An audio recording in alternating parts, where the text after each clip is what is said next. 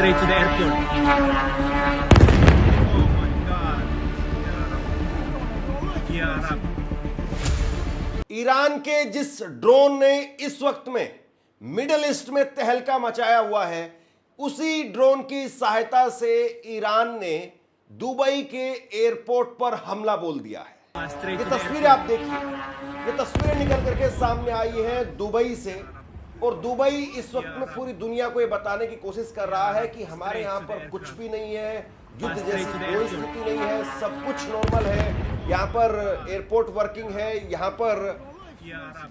Metro वो working है, और इस विजुअल के अंदर आपको मेट्रो दिखाई दे रही Straight to the है। airport. लेकिन इस बीच में ईरान के शाहिद ड्रोन, वो शाहिद ड्रोन इस वक्त में कहर बन करके बरस रहे हैं पूरे मिडिल ईस्ट में, अमेरिकी सैन्य एयरबेस पर। लेकिन अब ये दुबई के एयरपोर्ट पर, दुबई के एयरपोर्ट पर बड़ा हमला हुआ है, और ये हमला कहीं ना कहीं दुबई के लिए एक बड़ी चोट है, क्योंकि दुबई के बारे में बार बार खबरें निकल करके सामने आ रही थी, बुर्ज खलीफा को लेकर के, और दुनिया भर की खबरें निकल करके सामने आ रही थी। लेकिन एयरपोर्ट पर यह हमला, और इसके बाद में एमिरेट्स ने सारी उड़ानें, आने जाने वाली सारी उड़ानों को रद्द कर दिया है। Ya Allah, straight to the airport. Oh my God. Ya Rab. Ya Rab. Ya Rab. Straight to the aircraft. अब बड़ी बात यह है कि दुबई में जिस तरीके से ईरान का ये हमला हुआ है, और वो भी दिन के उजाले में, यानी दोपहर में ये इस तरीके से हमला हुआ है, ये अपने आप में बहुत बड़ी खबर है। और एक तरीके से ईरान अपनी मौजूदगी का एहसास, ईरान अपनी ताकत का एहसास लगातार अमेरिका को और इन सारे गल्फ देशों को करवा रहा है। और ईरान का बहुत साफ कहना है कि हम आपके सिविलियंस को निशाना नहीं बना रहे, लेकिन जिस तरीके से आप अपनी धरती का इस्तेमाल करने दे रहे हैं अमेरिका को, और अमेरिका लगातार हमारे ऊपर हमला कर रहा है, लिहाजा अब हम आपका भी लिहाज नहीं करेंगे। और यही मैसेज है, और इसी मैसेज के साथ में कि आप अमेरिका को खदेड़िए यहां से, आप अमेरिका को भगाइए यहां से, इसी मैसेज के साथ में लगातार ईरान की तरफ से गल्फ देशों के ऊपर हमले हो रहे हैं। मैं आपको इस खबर के अंदर इजराइल के एक पत्रकार की जुबानी आपको बताने वाला हूं, और वो सुनना बहुत जरूरी है। इजराइल के एक पत्रकार जो इजराइल में बैठे हुए हैं, उन्होंने बहुत अंदर की बात बताई है, और बहुत विस्तार से, बहुत धैर्य के साथ में उसको सुनने की जरूरत है। लेकिन मुझे लगता है कि चलते चलते पहले मैं आपको एक तस्वीर और दिखा देता हूं। ये रात की तस्वीर है, इराक के अंदर बगदाद, बहुत फेमस एयरपोर्ट है बगदाद, और बगदाद एयरपोर्ट पर भी इसी तरीके से ईरान ने हमला बोला है। ये तस्वीरें आप देख लीजिए, ये रात की तस्वीरें हैं, और इनमें नजर आ रहा है कि ईरान, उसकी तरफ से फिर से जो है वो हमला बोला गया है इराक के अंदर। और इराक के airport, Baghdad airport, Baghdad international airport के ऊपर ये हमला हुआ है। ये ईरानियन प्रेस टीवी की रिपोर्ट्स की तरफ से कहा गया है। यहां जो ये हमला किया गया एयरपोर्ट पर, बगदाद एयरपोर्ट पर इराक के अंदर, इसमें यूएस के रडार पर हमला हुआ था। यूएस के रडार को बड़ी भारी संख्या में जो है यहां पर नुकसान पहुंचा है, ये खबरें निकल करके सामने आ रही हैं। और दो बड़ी बातें मैं आपको और बता देता हूं।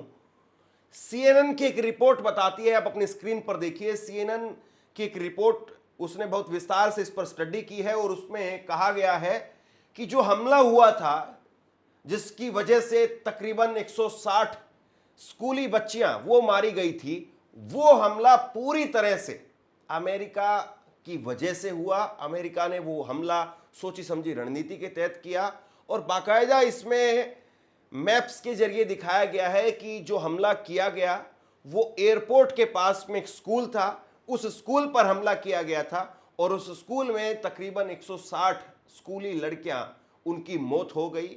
और ये जो तस्वीर थी, आप जरा ये तस्वीर भी देखिए, ये तस्वीर जिसमें उनका जनाजा निकाला गया, उन छोटी बच्चियों का जनाजा निकाला गया, और ईरान की महिलाएं वो काले रंग के कफन पहन करके, कफन ओढ़ करके आई। बाकी जो वहां पर पुरुष थे वो भी काले रंग के लिबास में थे। एक तरीके से मैसेज देने की कोशिश की गई कि हम कफन पहन करके, कफन ओढ़ करके आ गए हैं, आओ हमें भी मार दो। और ये खामेनेई की मौत के बाद में सबसे बड़ा एक तरीके से जुलूस था। और सबसे बड़ी बात यह है कि इतने बड़े जुलूस पर अमेरिका की, इजराइल की हिम्मत नहीं हो पाई कि वो तिनका भी फेंक पाए, क्योंकि पहले ही इजराइल और अमेरिका 160 उन बच्चियों की मौत की वजह से बहुत बैकफुट पर थे। और अब सीएनएन की रिपोर्ट कहती है कि जानबूझ करके हमला किया गया, हमला था। और इसमें एक तरीके से अमेरिका जो है वो बचाव करने की कोशिश कर रहा है अपनी, कि हम हमला जो है वो एयरपोर्ट पर करना चाहते थे, लेकिन एयरपोर्ट के बगल में स्कूल था और मिसाइल जो है वो मिसलीडिंग होते हुए वहां पर पहुंच गई। अब बड़ी बात यह है कि अमेरिका के पास में जो टेक्नोलॉजी है, उसमें मैंने पहले भी कई बार आपको कहा था, अमेरिका और इजराइल के पास में जो टेक्नोलॉजी है उसके हिसाब से आप किसी बिल्डिंग के किसी फ्लोर को भी अगर आप सेलेक्ट करते हैं कि पर्टिकुलर उस बिल्डिंग के उस फ्लोर पर उस जगह पर जाकर के कोई ऑफिसर बैठा हुआ है, वहां पर जाकर के अगर आपको मार करना है तो आप इतना भी लोग कर सकते हैं। और ऐसे में अब ईरान जो है उबला हुआ है। ईरान इस बात को जानता है कि भाई हमारे बच्चों को आपने निशाना बनाया, निहत्थे सैनिकों को आपने निशाना बनाया, और इसके बाद में ईरान पूरी तरह से पलटवार कर रहा है। इसके बाद में लगातार जो बात मैं कह रहा हूं, बहुत शुरुआती दिनों से लगातार ये बात मैं कह रहा हूं कि पूरी दुनिया जानती है वैसे कि अमेरिका का जो चेहरा है वो कुछ और है, हाथी के दांत खाने के कुछ और हैं, दिखाने के कुछ और हैं। अमेरिका जो कहता है करता उसके ठीक उलट है। और यही जो है वो चर्चा इस वक्त में आप अपनी स्क्रीन पर देखिए, फॉक्स न्यूज पर, फॉक्स न्यूज की ये क्लिप भी बहुत वायरल हो रही है। और इसमें जो रिपोर्टर है वो बता रहा है कि अमेरिका वो जिस तरीके से जिस मकसद के साथ में यहां पर आया है ईरान के अंदर हमला करने के लिए, उसका मकसद खामेनेई नहीं है, उसका मकसद परमाणु हथियार भी नहीं है, उसका मकसद है तेल लेना और तेल के ऊपर कब्जा करना, ईरान के रिसोर्सेज उनके ऊपर कब्जा करना, ईरान के रिसोर्सेज के ऊपर अपना अधिकार जताना और फिर उसके बाद में पूरी दुनिया के अंदर अपना तेल बेचना। ये जो है वो फॉक्स न्यूज पर चर्चा हो रही है और ये क्लिप खूब वायरल हो रही है इस वक्त में। और ये बात पूरी दुनिया जानती है कि कहीं से उनको खामेनेई से कोई दिक्कत नहीं है। खामेनेई से अगर दिक्कत होती या मुसलमान से दिक्कत होती तो बाकी के मुस्लिम देशों के साथ में भी वो व्यापार कर ही रहे हैं। डोनाल्ड ट्रंप, तो उनको मुसलमान से किसी चीज से कोई खास दिक्कत नहीं है। डोनाल्ड ट्रंप शुद्ध रूप से व्यापारी आदमी है, अब राष्ट्रपति बन गए वो एक अलग बात है। और वो जानते हैं कि भैया पैसा मुनाफा कहां से निकालना है, किस तरीके से निकालना है और कैसे प्रेशर देना है, कैसे दहशत फैलानी है, कैसे किस चीज को जो है वो कैसे टिल्ट करना है, वो सब जानते हैं। और ऐसे में अब ईरान को लेकर के जो बातें निकल करके सामने आ रही हैं, पूरी दुनिया इस बात को कह रही है और इस फॉक्स न्यूज की रिपोर्ट में भी इसी बात पर चर्चा हो रही है कि आपने इराक के साथ में भी यही सब कुछ किया। आपने इराक को, सद्दाम हुसैन को भी इसी तरीके से बदनाम किया था। सद्दाम हुसैन को लेकर के भी पूरी दुनिया में यही जो है वो आपने एक तरीके से पूरी दुनिया के अंदर यही अफवाह फैलाई थी कि इराक के पास में वेपन्स ऑफ मास डिस्ट्रक्शन है, यानी ऐसे खतरनाक जहरीले वेपन्स हैं उसके पास में कि पूरी दुनिया को खत्म कर देंगे। वो ऐसे जहरीले हथियार बना लिए हैं सद्दाम हुसैन ने, इराक ने। हालांकि फिर सद्दाम हुसैन को पकड़ा गया, फांसी दी गई, लेकिन आज तक पूरी दुनिया को नहीं पता चला कि वो जहरीले हथियार कहां पर गए। दरअसल वहां पर भी तेल का खेल था और जब तेल का खेल खत्म हो गया तो वहां पर अमेरिका ने सौदा कर लिया और सौदा करने के बाद में वहां पर पिट्ठू अपने एक तरीके से बैठा करके और फिर पूरी तरह से अमेरिका का कब्जा हो गया। और वही सब कुछ जो है वो अब ईरान के अंदर करना चाहता है। डोनाल्ड ट्रंप की तरफ से यही बातें कही जा रही कि भाई वहां पर एक नई सरकार बने, एक नए सुप्रीम लीडर बने, और जो नई सरकार नई सुप्रीम लीडर बने वो सब हमारी मर्जी से तय होंगे। हम लोग चाहेंगे उसको बैठाएंगे और उसके बाद में हम ईरान को बहुत ग्रेट बनाएंगे, बहुत महान देश बनाएंगे, बहुत बड़ा बनाएंगे, बहुत भव्य बनाएंगे। हालांकि वो अमेरिका को कितना ग्रेट बना पाए ये सब जानते हैं, और अमेरिका की आज हालत क्या है और उनके खिलाफ किस तरीके से बगावत अमेरिका से निकल करके सामने आती है, इसको भी हम जानते हैं। लेकिन मुझे लगता है कि इन सारी चीज़ों के बीच में आपको एक इजराइल के पत्रकार को सुनना चाहिए। इजराइल के एक पत्रकार हैं और उनका जो लेख है वो काफ़ी वायरल हो रहा है। हालांकि वो उनका एक वीडियो है और उस वीडियो के ऊपर जो है उन्होंने एक आर्टिकल भी लिखा है और वो लगातार अपनी बात को कहते हैं। ये आप देख लीजिए। ये है इजरायली पत्रकार अलोन मिज़राही। अलोन मिज़राही इजरायली पत्रकार है और इन्होंने जो कुछ लिखा है, ये जो कुछ कहा है, उसको हिंदी में मैं आपको बताने जा रहा हूं ताकि आप समझ पाएं कि इजराइल के अंदर बैठा हुआ एक आदमी, इजराइल में बैठा हुआ एक पत्रकार, वो इस वक्त में क्या कुछ समझ रहा है, वो इस वक्त में क्या कुछ देख रहा है और वो इस वक्त में क्या कुछ महसूस कर रहा है। इन्होंने काफ़ी लंबा जो है लिखा है, थोड़ा धैर्य से आप सुनिएगा और मुझे लगता है कि आपको पूरे इस युद्ध का एक तरीके से खाका वो इन्होंने सामने जो है खींच करके जो रखा है वो मिल जाएगा। ये कह रहे हैं कि हम इतिहास को अपनी आंखों के सामने घटते हुए देख रहे हैं। सबकी उम्मीदों के खिलाफ ईरान इस वक्त में अमेरिकी ठिकानों को इतनी गहराई से और इतने निर्णायक तरीके से तबाह कर रहा है कि दुनिया अभी उसे समझने को तैयार ही नहीं है।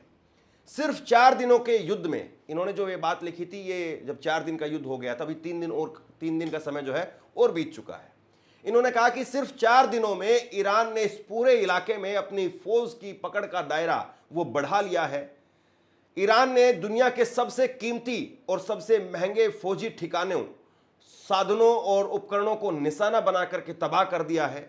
बहरीन, कुवैत, कतर और सऊदी अरब में मौजूदा अमेरिकी ठिकाने जो दुनिया के सबसे महंगे और सबसे बड़े सैन्य ठिकानों में गिने जाते हैं, उन्हें बनाने में कई दशकों में खरबों रुपए डॉलर खर्च हुए हैं।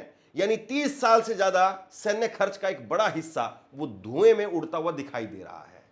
इसके आगे ये कह रहे हैं कि हम देख रहे हैं कि करोड़ों डॉलर की कीमत वाले रडार वो एक पल में ही नष्ट हो रहे हैं। पूरी की पूरी सैन्य छावनियां खाली कर दी गई हैं, कुछ जला दी गई हैं, कुछ पूरी तरह से तबाह हो चुकी हैं। मेरे ज्ञान के मुताबिक, यानी मेरी नॉलेज के हिसाब से, अमेरिका को अपने पूरे इतिहास में ऐसी तबाही कभी नहीं झेलनी पड़ी थी। शायद पर्ल हार्बर के हमले को छोड़ दें, और मगर वह फिर भी एक ही हमला था। किसी भी सामान्य युद्ध में किसी दुश्मन ने अमेरिकी सेना के साथ में वह नहीं किया है जो ईरान इस समय पर कर रहा है। हालात इतने खराब हैं कि इस युद्ध से जुड़ी नई जानकारियां लगभग पूरी तरह से सेंसरशिप के पीछे छुपा दी गई है। आपने गौर किया होगा कि हर दिन हमें कम से कम जानकारी दिखाई जा रही है। 35 साल पहले इराक के युद्ध के दौरान हमें लगातार वीडियो फुटेज दिखाए जाते थे। उस समय पर स्मार्ट बम और कैमरे नई चीज थे। फिर भी हर रात युद्ध के दृश्य वो टीवी पर दिखते थे। आज हालात यह है कि हमें लगभग कोई वीडियो दिखाई ही नहीं देता है। जरा समझिए, दुनिया की सबसे बड़ी सैन्य ताकत, जिसकी वायु शक्ति भी दुनिया में सबसे बड़ी मानी जाती है, 4 दिनों से हमले की स्थिति में है। यानी उसके ऊपर हमला हो रहा है। दावा किया जा रहा है कि वह ईरानी रक्षा पंक्तियों को तोड़ रही है, लेकिन हमें कहीं भी ईरान के आसमान पर अमेरिकी वर्चस्व का कोई सबूत नहीं दिखाई दिया है। तेहरान और या फिर ईरान के किसी भी हिस्से के ऊपर उड़ते अमेरिकी विमानों की फुटेज कहां पर है, यह बात उन्होंने कही, और बहुत गंभीर सवाल है ये। अमेरिकी सैनिक ईरान की जमीन पर कदम रखने का ख्वाब देख ही नहीं सकते हैं। इस युद्ध की बेबसी का अंदाजा इस बात से लगाइए कि चौथे ही दिन ट्रंप प्रशासन की ओर से अजीबोगरीब सुझाव सामने आने लगे हैं। वो कह रहे हैं कि फारस की खाड़ी से निकलने वाले तेल के जहाजों को सैन्य सुरक्षा दी जाए। आप सोच भी रहे हैं कि आप क्या कह रहे हैं। आप अमेरिकी जहाजों को हजारों ईरानी मिसाइलों के सामने उनकी मारक सीमा के अंदर भेजना चाहते हैं। इस वक्त में कोई भी जहाज होर्मुज के जल डमरू मध्य में सुरक्षित नहीं गुजर सकता है। बहुत बड़ी बात है ये। ईरान ने दशकों तक इसकी तैयारी की है। अब कुछ लोग यह बात कह रहे हैं कि कुर्द मिलिशिया को हथियार देकर के ईरान पर हमला कराया जाए। यह कैसी बात है? क्या आपने ईरान का नक्शा देखा है? क्या कभी आपने ईरान का, लगता है कि ट्रंप प्रशासन ने कभी ईरान का नक्शा ही नहीं देखा है। आपको पता है कि वह कितना विशाल देश है। आप कहते हैं कि ईरान पर हमला कर दो। क्या 10,000 लड़ाकों की मिलिशिया ईरान पर कब्जा कर लेगी? 50,000 या 1 लाख ईरान उन्हें निगल जाएगा। अमेरिकी और इजरायली इस युद्ध में पहले ही हार चुके हैं। वो बम गिरा करके लाखों लोगों को, आम लोगों को मार सकते हैं, इमारतों को उड़ा सकते हैं, लेकिन वो युद्ध नहीं जीत सकते हैं। ईरान का सैन्य ढांचा, हथियार पूरे देश में जमीन के बहुत गहरे नीचे बने हुए हैं। अमेरिकियों के लिए और निश्चित ही इजरायलियों के लिए वहां तक पहुंचना लगभग नामुमकिन है। उन्होंने ऐसा सिलसिला शुरू कर दिया है जिसे वो खत्म करने की ताकत नहीं रखते हैं। जब सब कुछ खत्म होगा तो अमेरिका फिर कभी पश्चिमी एशिया में उस तरह से वापस नहीं आ पाएगा। मध्य पूर्व में अमेरिकी मौजूदगी नहीं बचेगी, और ये बात मैं पूरे यकीन के साथ कह रहा हूं। मुझे लगता है कि अगर आप इस पूरे आर्टिकल को, इन्होंने जो कुछ कहा है, अगर उसको समझ गए तो इस युद्ध में इस वक्त में क्या कुछ हो रहा है और क्या कुछ आगे हो सकता है उसको समझ जाएंगे आप। और बड़ी बात यह है कि इसको कोई बाहर से बैठ करके देख रहा है, कोई पत्रकार वो कह रहा है, ऐसा नहीं है।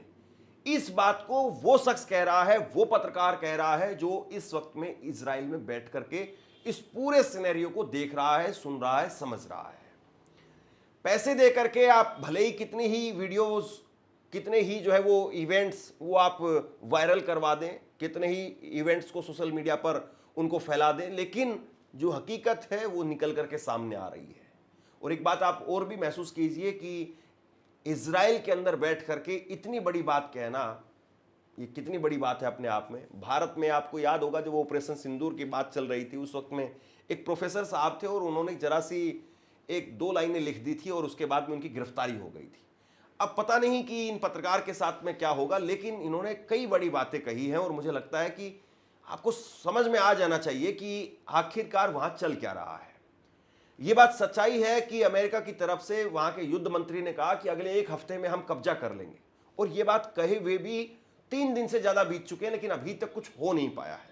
अभी तक कोई खास धमाका या कोई खास बड़ी जो है वो तैयारी अमेरिका की दिखाई नहीं दी है कि उनकी कोई पहले से तैयारी थी और उन्होंने तहलका मचा करके रख दिया है। दूसरी बड़ी बात यह है कि वो हमला कर भी रहे हैं तो इस ईरान के हथियारों तक, उनकी मिसाइलों के जखीरों तक अभी तक नहीं पहुंच पाए। और बड़ी बात यह है कि ऐसा लगता है कि जिस तरीके से अमेरिका और इजराइल घुसा है, उसके बाद में कैसे इससे बाहर निकलें, इस बात का अंदाजा शायद उनको नहीं लग रहा है। और इसीलिए लगातार इजराइल और अमेरिका इस युद्ध के अंदर पिछड़ते हुए नजर आ रहे हैं। पर्ल हार्बर के हमले से जोड़ करके अब पत्रकार इसको देखने लगे हैं, जो एक्सपर्ट्स हैं, जिन्होंने पर्ल हार्बर का हमला जो है देखा है या पूरा उसको महसूस किया है, डीपली उस पर एनालिसिस किया है, वो इस बात को कह रहे हैं कि ये जो हमला इस वक्त में अमेरिका के ऊपर हो रहा है, जो 30 साल तक अमेरिका ने स्ट्रक्चर तैयार किया, वो स्ट्रक्चर 3 दिनों के अंदर, 4 दिनों के अंदर ईरान ने उड़ा दिया। और ये बहुत बड़ी बात है। अगर कागज पर अगर आप देखेंगे, मुझे अगर आप कहें कि भैया लाइन खींच करके दे दो कि अमेरिका की लाइन कितनी बड़ी है और ईरान की लाइन कितनी बड़ी है, मैं कहूंगा ईमानदारी से कि ईरान की लाइन बड़ी नहीं है। ईरान की लाइन जो है वो छोटी है। अमेरिका बहुत बड़ी ताकत है, लेकिन आप ये देखिए कि वो बड़ी ताकत घुटने टेकती हुई नजर आ रही है, या यूं कहूं कि वो बड़ी ताकत लड़खड़ाती हुई नजर आ रही है। और ईरान, जिनके सुप्रीम लीडर को आपने मार दिया, जिन पर आपने बहुत बुरी तरीके से प्रहार किया है, उस सब के बावजूद वो आपके अमेरिकी सैन्य बेस पर, गल्फ देशों में जो कुछ आपने पिछले 30-40 सालों में जो आपने कमाया है, जो खपाया है वहां पर, उस सब को उधेड़ करके रख दिया है। बहुत बड़ी बात है। शेयर कीजिए इस खबर को, और आप क्या सोचते हैं नीचे कमेंट बॉक्स में लिख करके जरूर बताइए। धन्यवाद। आपसे कुछ कहना चाहता हूं। आज के वक्त में पत्रकारिता करना कितना मुश्किल काम है, लेकिन अगर ऐसे में भी कोई आपकी खबर दिखा रहा है, कोई आपके मुद्दे पर बात कर रहा है, तो आपको भी उसका साथ देना चाहिए। अगर आपको लगता है कि मेरी पत्रकारिता सही है, मैं आपके लिए आपकी खबर वो दिखा रहा हूं, तो ऐसे में आप मेरा सहयोग कीजिए। आप इस वीडियो को जब लाइक करेंगे तो लाइक के साथ में ही एक थैंक्स का बटन आपको दिखाई देगा। उस थैंक्स के बटन पर आप क्लिक कीजिए और जो भी सहयोग राशि दे सकते हैं वो दीजिए। दूसरा, आप चैनल को ज्वाइन कर सकते हैं और चैनल को ज्वाइन करके भी मुझे मदद कर सकते हैं।